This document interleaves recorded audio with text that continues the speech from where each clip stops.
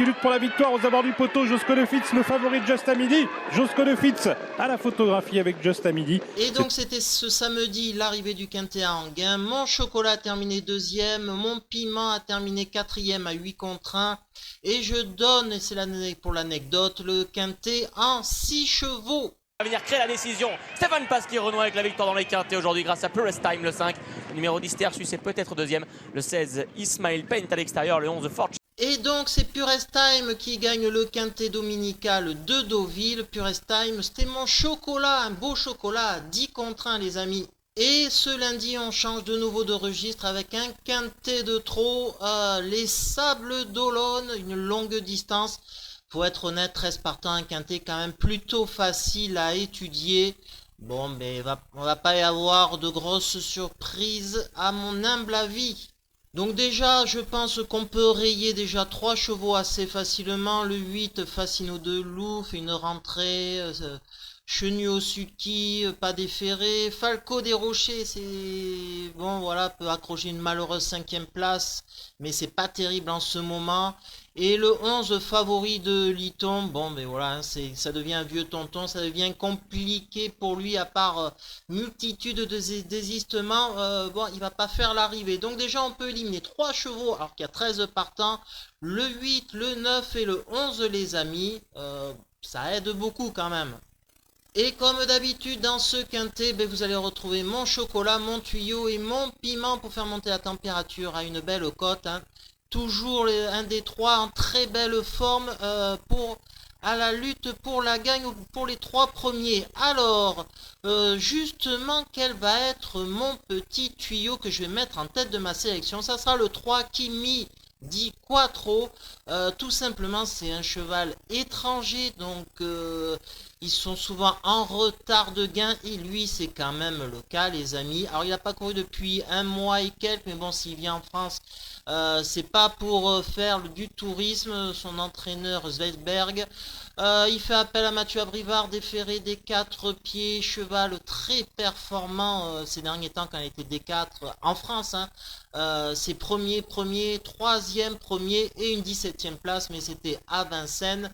Et puis il a été ensuite arrêté, ça n'allait pas au niveau de sa forme, donc voilà, je pense que c'est quand même un très bon point d'appui pour vous les turfistes.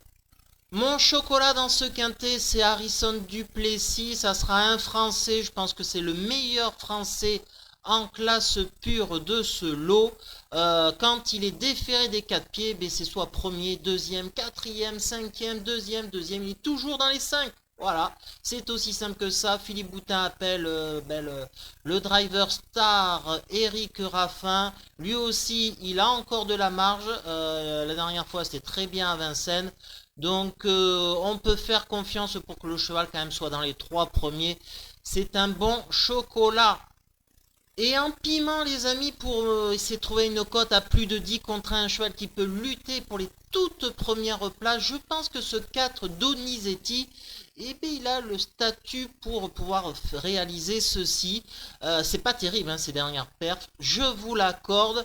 Il est déféré des 4 pieds. Il y a Mathieu Mautier, il baisse quand même de catégorie par rapport à ses dernières performances. Où il courait le 25 mai à Enghien face à DI. La dernière fois, il courait face à DJ, c'était un groupe 3 en plus, donc là il baisse quand même beaucoup de catégories. Moi j'aime ça, ça me rassure sur le fait que c'est un cheval voilà, qui n'a pas encore tout montré en France dans sa catégorie. Et là il retrouve sa catégorie bien placée au premier poteau. Voilà les amis, je trouve que c'est un outsider amusant pour pouvoir lutter pour les 3-4 premières places. Et donc mon pronostic, ma sélection en 8 les amis, et bien c'est le 3 Kimi di Quattro, j'en ai parlé, le 5 Harrison Duplessis, c'est pareil, le 4 Donizetti, ensuite c'est le 6 Gasoline, un étranger, encore un, je privilégie quand même pas mal les étrangers dans cette épreuve. Je pense quand même qu'ils vont se faire la part belle dans ce quintet plus. Ensuite le 10 Girl de Bassière, Benjamin Rochard est appelé au sulky, donc méfiance.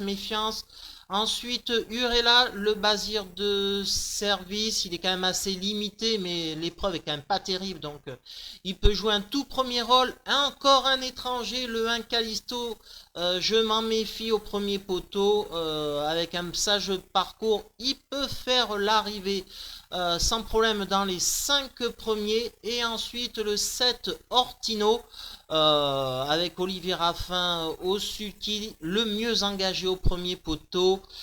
Voilà, pour une 4e, 5e place, c'est quand même possible. Et ensuite, il a fallu que je cravache pour trouver un regret en cas de non partant. J'ai mis le 2, les amis Uriel Ludois, on sait jamais, avec un sage parcours à la corde, quelques disqualifiés. Quelques disqualifiés, c'est possible. Donc ça nous donne le 3, le 5, le 4, le 6, le 10, le 12, le 1, le 7. Et en cas de non partant, le 2, les amis. Voilà, je vous dis à très bientôt et avec des nouvelles vidéos maintenant que je vais faire par rapport aux cotes. Quand les cotes arrivent, quels sont les chevaux qui peuvent être intéressants à jouer par rapport à du value bet, voilà, pour essayer de contrer le TRJ, le taux de retour joueur. Donc voilà, je teste ça, j'aime bien tenter des choses. Donc voilà, ce ne seront pas des conseils de jeu, mais ce seront, voilà, mes appréciations sur le quintet du jour. Mais ça, il faut que j'attende 10 heures pour avoir des cotes à peu près stables. Donc vous verrez ça. Demain, ça sera la surprise avec une petite revue de presse sur une autre vidéo pour que vous ayez le maximum d'éléments pour pouvoir gagner. Voilà, allez, je vous dis à demain pour de nouvelles aventures hippiques. Allez, bisous les amis.